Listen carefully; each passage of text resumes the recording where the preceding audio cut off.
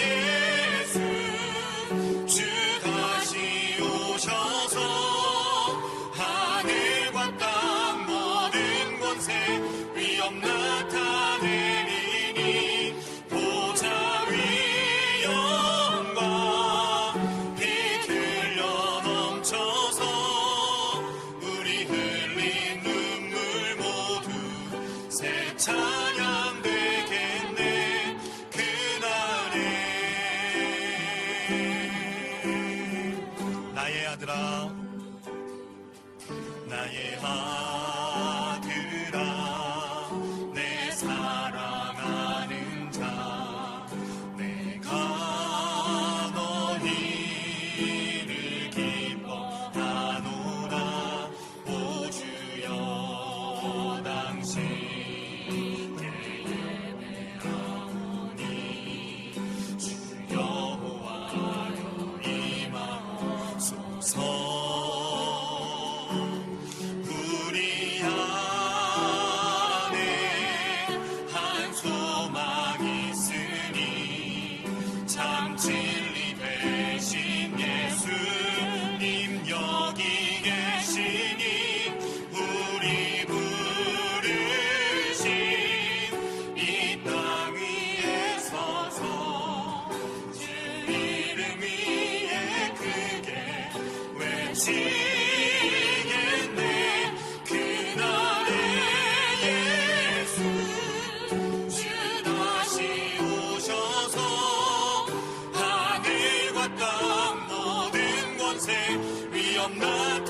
나타내리니 보좌 위 영광 비들러 넘쳐서 우리 흘린 눈물 모두 새 찬양돼. 그날의 예수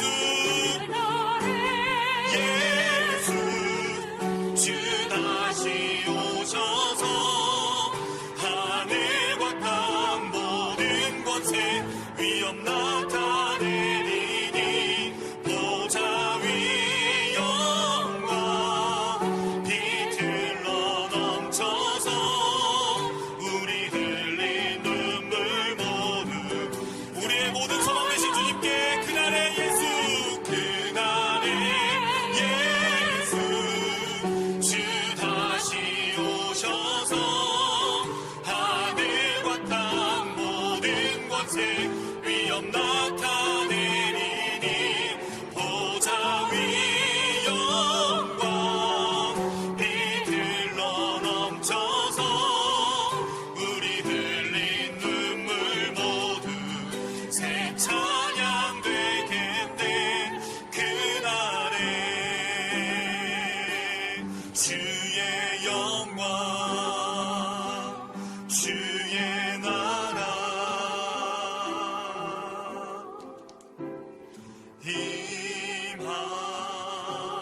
임하겠네.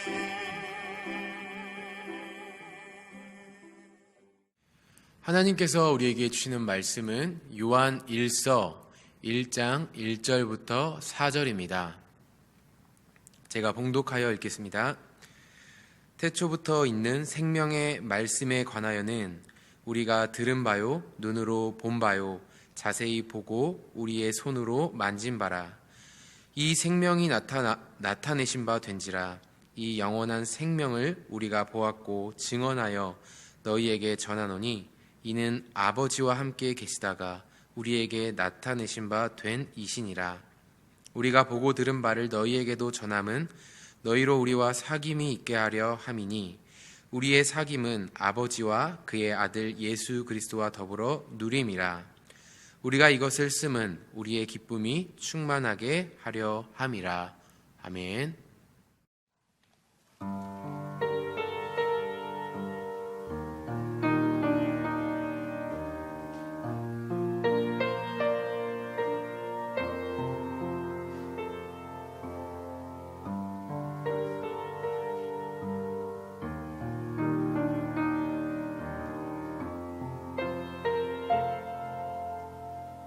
주님의 크고 깊은 뜻 나비로 갈 수 없으나 나는 오직 한 가지 주는 나의 구세주 나 위에 돌아가신 주 말씀으로 알게 되니 나 이제 주를 위하여 충성을 다하리라. 우리를 대속하시려 하늘 영광 버리신 주 놀라운 일이 아닌가. 주가 계획하신 일 구세주는 사랑이라 늘 나와 동행하시니 주 어제나 주 오늘도 다가올 내일에도 구세주는 살아계셔 늘 나와 동행하시니 주 어제나 주 오늘도 늘 함께 동행하시네.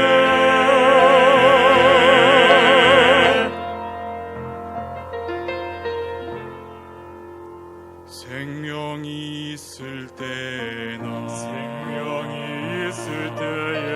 이 믿음이 주는 평안 주 능력이 주는 평안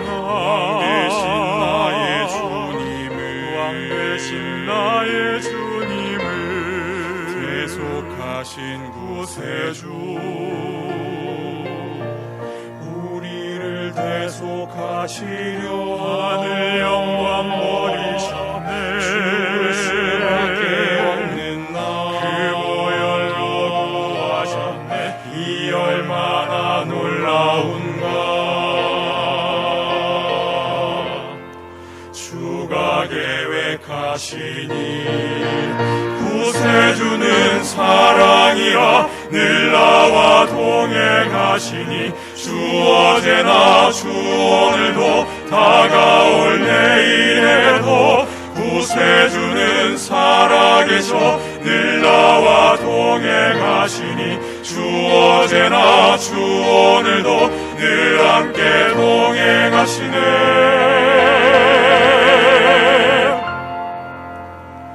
구세주는 사랑이라 늘 나와 동행하시니 주 어제나 주 오늘도 다가올 내일에도 구세주는 살아계셔 늘 나와 동행하시니 주 어제나 주 오늘도 다가올 내일에도 구세주는 사랑이라 늘 나와 동행하시니 주 어제나 주 오늘도 다가올 내일에도 구세주는 구세주는 살아계셔 늘 나와 동행하시니 주 어제나 주 오늘도 늘 함께 동행하시네.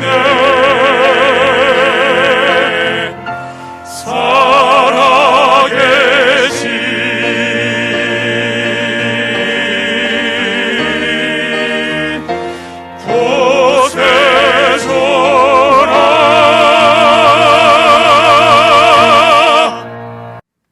다 같이 기도하겠습니다.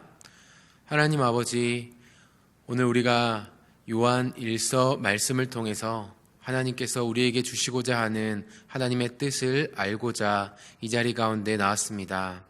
하나님께서 성령으로 함께하여 주셔서 우리가 하나님의 말씀을 잘 깨달아 알 수 있도록 도와주옵소서.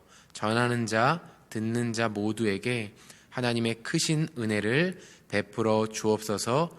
예수님의 이름으로 기도드리옵나이다. 아멘. 네, 성도님들 반갑습니다. 2021년도 새해가 밝았습니다. 2021년도 저 지민근 강도사는 전임으로 우리 성천교회를 섬기게 되었습니다. 교구에서 많은 일들을 통해서 우리 성도님들을 잘 섬겨 나갈 수 있기를 간절히 기대하고 있습니다. 어떤 말씀으로 우리 성도님들과 함께 은혜를 나눌까 하다가 우리 새벽 예배를 큐티 본문으로 나가고 있는데 요한 1서 본문을 나가고 있습니다. 비록 지금 코로나 상황으로 인해서 새벽 기도가 있지는 않지만 앞으로 새벽 기도가 재개가 된다면 함께 나눌 말씀인 요한 1서 말씀을 가지고 우리가 함께 은혜를 나누기를 원합니다. 모든 성경들이 그러하겠지만 요한 1서를 이해하기 위해서는 배경 이해가 굉장히 중요한 것 같습니다. 제가 이 말씀을 큐티를 하려고 하다 보니까 굉장히 난해한 말씀들이 참 많이 있다는 것을 깨닫게 되었습니다. 그냥 무턱대고 이 요한서신을 읽게 된다면 우리는 부분적으로는 이해할 수 있지만 전체적으로 이해하기가 굉장히 쉽지 않음을 알 수 있습니다. 그래서 우리는 이 요한 1서를 들어가기 전에 배경 설명을 잠시 한 다음에 오늘은 1절에서 4절의 내용을 가지고 함께 은혜를 나누도록 하겠습니다.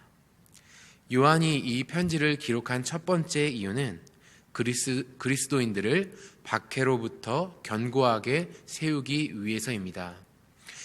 우리가 잘 알다시피 예수님께서 태어나시고 나서 60년이 지났을 때부터 로마 황제들의 박해가 시작되었습니다.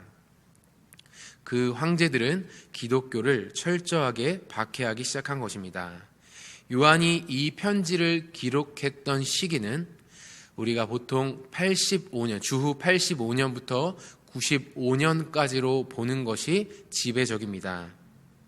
즉 요한이 이 편지를 쓰고 있던 당시는 어둠의 긴 터널을 지나가고 있는 것처럼 박해의 긴 터널을 지나가고 있었습니다. 그러므로 많은 성도들은 배교의 길을 선택할 수밖에 없었고 그런 모습을 지켜보고 있었던 요한 사도는 나이가 지긋하게 먹었음에도 불구하고 펜을 들지 않을 수가 없었습니다. 밖으로부터 견고하게 성도들을 세우기 원해서 이 편지를 쓰길 원했던 요한은 두 번째로 이단들의 사상들로부터 성도들을 지키기 위해서 이 편지를 기록하게 되었습니다. 당시에 이단들이 굉장히 많이 성행을 하고 있었습니다. 요한이 기록한 편지들, 요한서신과 요한복음 그리고 요한계시록은 신약 성경 중에서도 가장 뒤쪽에 가장 뒤늦게 쓰여진 책들로 알려져 있습니다. 예수님께서 기원 후 30년대까지 활동을 하시고 승천하셨습니다. 그 이후에 바울과 베드로를 중심으로 한 사역들이 많이 전개되었고 그들의 저술이 있었습니다. 베드로와 바울은 기원 후 60년대에 순교를 당합니다. 기독교 초기만 해도 기독교와 유대교를 구별하는 것은 로마인들에게 쉽지 않은 일이었을 것입니다. 그러나 바울 사도의 활동은 이것을 구분할 수 있도록 도왔습니다. 바울 사도는 우리가 알다시피 많은 서신을 남겼습니다. 그 서신은 바울이 의도했는지 의도하지 않았는지 알 수 없지만 그 서신들로 인해서 기독교의 교리와 신학은 점점 더 체계적이고 견고해져 갔습니다. 기독교의 신학이 이렇게 잘 자리 잡고 있을 때쯤 이단들의 활동도 견고해지고 교묘해졌습니다.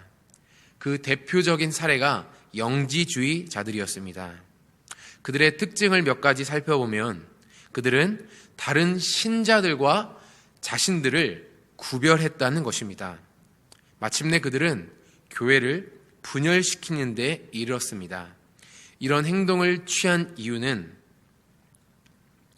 자신들이 성령의 특별한 기름 부음을 받았다는 생각, 그래서 하나님에 대한 참된 지식을 자신들이 소유하고 있다라는 생각에서 비롯되었습니다. 이것을 우리는 특별한 지식이라고 부르는데요.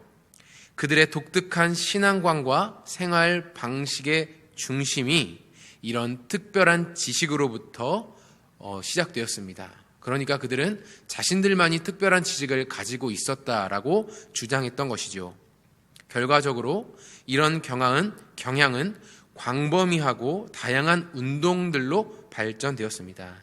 학자들은 이 운동을 가리켜서 영지주의라고 부르게 되었습니다. 그들의 또 다른 특징은 지성을 굉장히 떠받들었다라는 것입니다. 그 결과 사색적인 지식을 믿음과 행위보다 더 우위에 두고 떠받들었습니다. 그리고 세 번째 이 영지주의의 특징은 물질 세계가 악의 권세의 산물이기 때문에 물질은 본질적으로 악하다는 신념을 가지고 있었습니다. 그 결과 그들은 성육신을 부인하는 데까지 이르게 됩니다.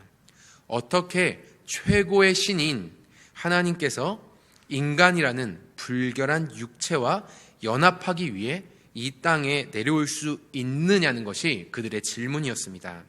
그래서 그들 중 한 사람은 그리스도께서 실제로 인간이 되신 것이 아니고 인간의 형태를 지닌 것처럼 보였다고 주장하게 됩니다. 이것을 우리가 이해하고 있는 것이 요한서신을 이해하는데 굉장히 중요한 키라고 저는 보고 있습니다. 요한 사도는 이러한 세력들에 대해서 주저함 없이 거짓말하는 자라고 평가하고 있습니다. 우리는 이러한 배경하에 요한 일서가 쓰여졌다라는 사실을 알고 본문으로 들어가 보도록 하겠습니다. 1절과 2절입니다. 태초부터 있는 생명의 말씀에 관하여는 우리가 들은 바요 눈으로 본 바요 자세히 보고 우리의 손으로 만진 바라. 이 생명이 나타내신 바 된지라. 이 영원한 생명을 우리가 보았고 증언하여 너희에게 전하노니 이는 아버지와 함께 계시다가 우리에게 나타내신 바 된 이시니라. 아멘. 우리는 바울이 기록한 성경에 익숙합니다. 바울은 그의 편지에 항상 인사와 축복의 말을 기록해 두었습니다. 그런데 오늘 요한서신은 그런 내용을 찾아보기가 어렵습니다. 요한이 얼마나 이 편지를 긴급하게 다루고 있는지 엿볼 수 있는 부분입니다. 그는 태초부터 있는 생명의 말씀에 관해서 이야기를 시작하고 있습니다. 여기서 말하는 이 생명의 말씀은 예수 그리스도를 의미합니다. 예수님은 한 번도 존재하지 않았던 때가 없으신 태초부터 계셨던 분이십니다. 그분과 말씀은 뗄래야 뗄 수 없는 관계입니다. 그 말씀에 대해서 요한은 이야기를 꺼내고 있습니다. 요한은 자신이 그 말씀을 듣고 보고 만졌다고 말합니다. 우리는 보통 어떤 소문을 귀로 가장 먼저 듣습니다. 그리고 나서 그 소문이 진실인지 가짜인지 확인하기 위해서 보러 갑니다. 그 다음에 우리는 그 소문을 경험하게 되는 것이죠. 실제로 예수님께서 역사의 한 시점에 이 땅에 찾아오셨습니다. 하나님과 함께 하셨던 분께서 역사에 들어오신 사건이 바로 성육신 사건입니다. 그분께서 오셨을 때 요한은 그분에 대해서 들었고 그분을 보았고 그분을 만져보았던 것입니다. 요한의 대적자들은 예수님에 대해서 거짓말하는 자들이었습니다. 그 대적자들은 예수님은 실제로 육체를 가지시지 않았다고 주장했습니다. 잠시 육체를 빌렸을 뿐이라고 말하기까지 했습니다. 그러나 요한은 예수님이 승천하신 지 60년쯤이 흘렀음에도 그때의 사건을 잊을 수 없습니다. 자신의 인생을 송두리째 바꿔놓았던 그분에 대해서 그는 단 한 번도 잊어본 적이 없었을 것입니다.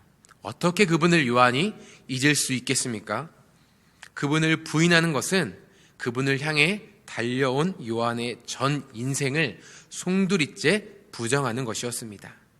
요한은 거짓말하는 자들로부터 자신이 온 몸으로 경험했던 예수님을 지키기 위해 이 편지의 시작을 알리고 있습니다. 요한이 전하고 있는 예수님은 철저하게 인간의 몸으로 이 땅에 오신 분입니다. 대적들은 신이 어떻게 인간의 몸을 입고 올 수 있냐고 반문하겠지만 요한은 그 예수님을 인간의 몸으로 오셨다고 인정하고 있습니다. 우리가 믿는 하나님은 철저하게 인간이셨습니다. 그분은 우리와 같이 배고프셨고 우리와 같이 피곤하셨고 고통도 받으셨습니다. 우리는 예수님의 인성과 신성 중 하나라도 부인하면 안 됩니다. 그것은 이단의 가르침입니다. 우리가 1절과 2절에서 한 가지 더 생각해 볼 것이 있습니다. 우리는 요한의 고백을 통해서 권위에 대해서 생각해 볼 수 있습니다. 교회는 사도들의 고백 위에 세워졌다는 사실을 기억해야 합니다. 우리는 사도신경을 매 주일, 매 예배마다 외우고 있습니다. 그런데 그 고백을 하기 위해서 당시에 수많은 사람들이 목숨을 내놓아야 했다는 사실을 아십니까? 사도들이 자신들이 보고 듣고 경험했던 것들을 토대로 교회는 세워졌습니다. 그들은 자신들이 보았던 예수님의 부활을 전해야만 했습니다. 그런데 지금 요한의 대적들은 그 사도들을 인정하지 못하고 있습니다. 그들을 인정할 수 없다는 것입니다. 사도들의 고백보다도 자신들이 만들어낸 상상 속의 특별한 지식을 더 의지했습니다. 그들은 자신들이 가지고 있었던 그 특별한 지식에 대해서 특권의식과 엘리트 의식에 빠져서 그 특별한 의식을 자신들의 전유물로 만들어 버렸습니다. 요한은 바로 이러한 거짓 사도들과 싸워야 했습니다. 대적들은 권위를 인정하지 않았습니다. 우리는 권위가 철저하게 무너져 있는 이 시대를 살아가고 있습니다. 학교는 말할 것도 없고 가정 역시 쉽지 않습니다. 너무나 안타까운 것은 교회 역시 이로부터 자유로울 수가 없습니다. 그러나 우리가 기억해야 할 것은 하나님은 권위를 세우셨다라는 것입니다. 하나님은 권위를 세우신 분임을 우리는 기억해야 합니다. 하나님은 권위를 통해서 질서를 이 땅 가운데 세우셨고 그 질서를 통해서 이 땅을 통치해 가십니다. 그러나 악한 세력들은 권위와 질서를 무너뜨리고 자신들의 뜻을 세우려고 합니다. 우리 3절을 한번 같이 보겠습니다. 우리가 보고 들은 바를 너희에게도 전함은 너희로 우리와 사귐이 있게 하려 함이니 우리의 사귐은 아버지와 그의 아들 예수 그리스도와 더불어 누림이라. 아멘. 요한이 자신이 본 생명을 전하는 이유에 대해서 말하고 있습니다. 왜 요한은 이 생명에 대해서 말하고 있는 것일까요? 그것은 사귐을 위해서입니다. 요한과 이 편지를 받는 사람들이 사귀기를 원한다는 것입니다. 곧 교제를 원하는 것이죠. 교제는 믿음을 전제할 때 가능합니다. 믿음이 없이는 온전한 교제가 어렵지요. 그래서 요한을 믿을 때 사람들이 누리게 되는 것이 있습니다. 그것은 바로 하나님, 예수님과 함께 누리는 것입니다. 요한을 믿지 못하고 요한과 교제하지 못하면 하나님과의 교제를 누릴 수가 없습니다. 반면에 요한을 믿고 요한과 교제를 하는 사람들은 하나님을 누릴 수 있는 것입니다. 우리 믿는 자들의 교제의 사명이라고 함은 바로 나를 통해서 주변 사람들이 하나님을 누릴 수 있게 해야 한다는 것입니다. 그러기 위해서는 요한이 그랬던 것처럼 내가 먼저 하나님과의 친밀한 교제가 있어야 합니다. 나도 누리지 못하는데, 나도 하나님과의 교제를 누리지 못하는데 어떻게 우리가 다른 사람을 하나님과의 교제를 누리게 할 수 있겠습니까? 그것은 말이 안 됩니다. 그렇기에 우리 그리스도인들은 가장 먼저 하나님과의 친밀한 교제를 누릴 수 있어야 합니다. 많은 교제를 경험하다 보면 느끼게 되는 것이 있습니다. 아무리 오랫동안 같이 신앙생활을 했다고 할지라도 영적인 이야기를 나눌 수 있는 사람은 극히 드물다라는 사실입니다. 체면을 중시하는 한국 사회 안에서 더더욱 나를 오픈해서 교제를 한다는 것은 어렵습니다. 그리고 기도를 공유한다는 것은 더더욱 쉽지가 않습니다.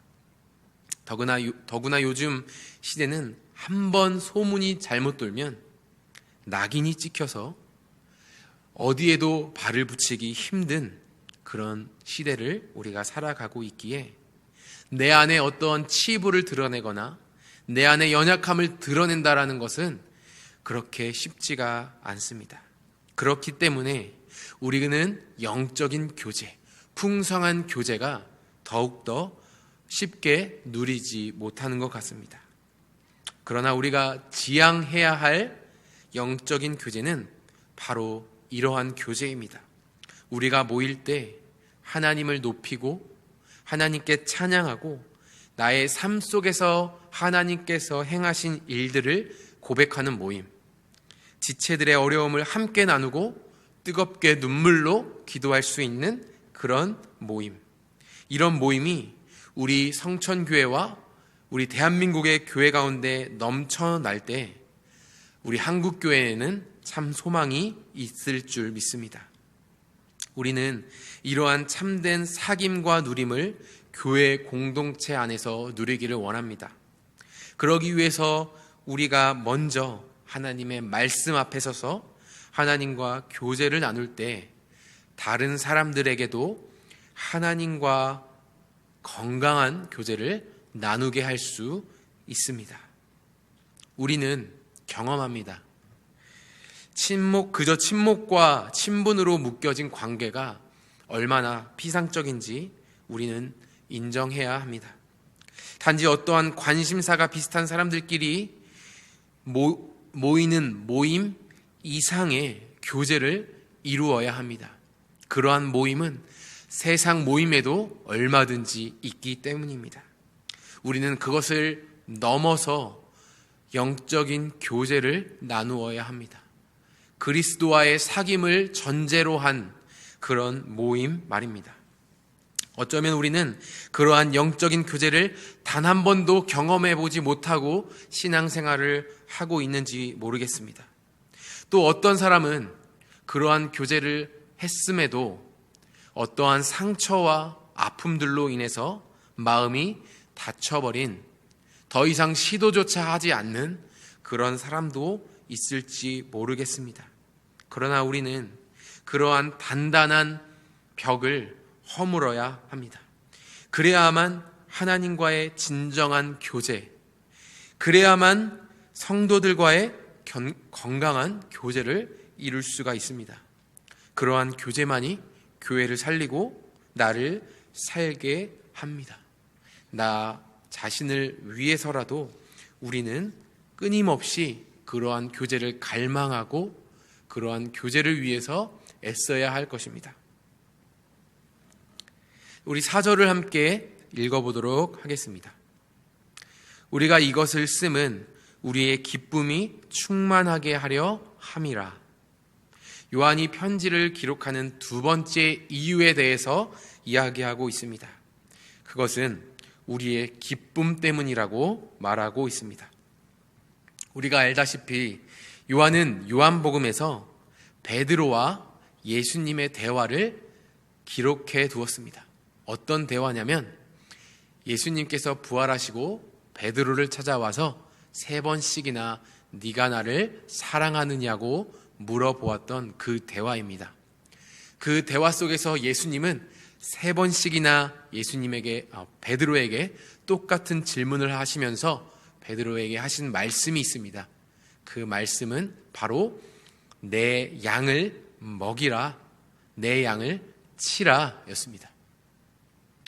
그 광경을 목격했고 그 광경을 기록했던 요한 역시 양을 먹이는 것, 예수님의 양을 먹이는 것이 그의 평생의 사명이었고 그것이 그가 죽을 때까지 해야 할 일이라는 사실을 알았을 것입니다. 그래서 요한은 그러한 것이 그 자신에게 기쁨이 되었던 것입니다. 양을 먹이고 어린 영혼들이 하나님과 교제하는 것이 요한에게는 큰 기쁨이 아닐 수 없었습니다. 그래서 요한은 지금 그 이야기를 하고 있는 것입니다. 여러분은 언제 기쁨을 누리십니까? 참 다양한 사람들이기에, 우리는 다양하기에 각자가 누리는 기쁨은 저마다 다를 것입니다. 그러나 우리가 공통적으로 기뻐야 할 사안이 있다면 그것은 바로 우리 자신과 우리와 함께 신앙생활하는 지체들이 하나님과 영적인 사귐을, 영적인 교제를 나눌 때 우리는 진정으로 기쁠 수 있습니다. 이 세상이 주는 기쁨은 일시적이고 아주 잠깐에 불과하지만 하나님께서 우리에게 주시는 참된 기쁨은 형언할 수 없고 마르지 않는 참된 기쁨임을 기억하고 우리는 그 사귐 가운데, 그 교제 가운데 내가 먼저 나아가고 나와 함께 신앙생활하는 지체들이 그 사귐 가운데 그 누림을 누릴 수 있도록 함께 노력해야 할 것입니다. 오늘 요한은 자신이 경험했던 그 생명이신 그리스도를 전하기 위하여 다급한 어조로 인사도 하지 않고 서신을 써내려가고 있습니다. 그가 몇십 년 전에 경험했던 그 예수님을 떠올리면서 확신에 찬 어조로 글을 쓰고 있습니다. 우리는 어떻습니까? 처음 주님을 만났던 그때를 기억하십니까? 그때의 그 열정과 기쁨을 얼마나 기억하고 있습니까? 그 기쁨과 열정이 다시금 회복되기 위해서는 우리가 주님과의 친밀한 교제 가운데 더욱더 나아가야 할 줄 믿습니다. 나 스스로 하나님 앞에 나아갈 수 있는 우리 2021년도 되었으면 좋겠습니다. 우리 함께 기도하도록 하겠습니다. 하나님 아버지, 오늘 우리가 요한이 기록한 하나님의 말씀을 함께 나누었습니다. 영원한 생명이신 예수 그리스도를 요한은 확신에 찬 가운데 전하였습니다. 우리 역시 그 예수님을 기억하게 도와주시고 그 예수님과 더욱더 친밀한 교제와 누림을 누리게 하여 주옵소서. 그리하여 기쁨이 충만하게 하여 주시고 그 기쁨이 나와 함께 신앙생활하는 모든 지체들에게 흘러 넘쳐날 수 있도록 도와주시옵소서. 예수님의 이름으로 기도드립니다. 아멘. 설교 말씀을 기억하며 기도합니다. 나에게 주시는 은혜에 집중하여 기도합니다. 하나님의 말씀을 사모하며 읽기에 힘쓰게 하소서. 말씀을 통해서 하나님과 누리는 교제를 풍성하게 누리게 하소서. 153 기도회를 통해서 하나님과 친밀한 교제를 나누게 하소서. 성도들과 성령 안에서 교제하게 하시고 그 안에서 참된 위로와 회복이 일어나게 하소서. 함께 기도합니다.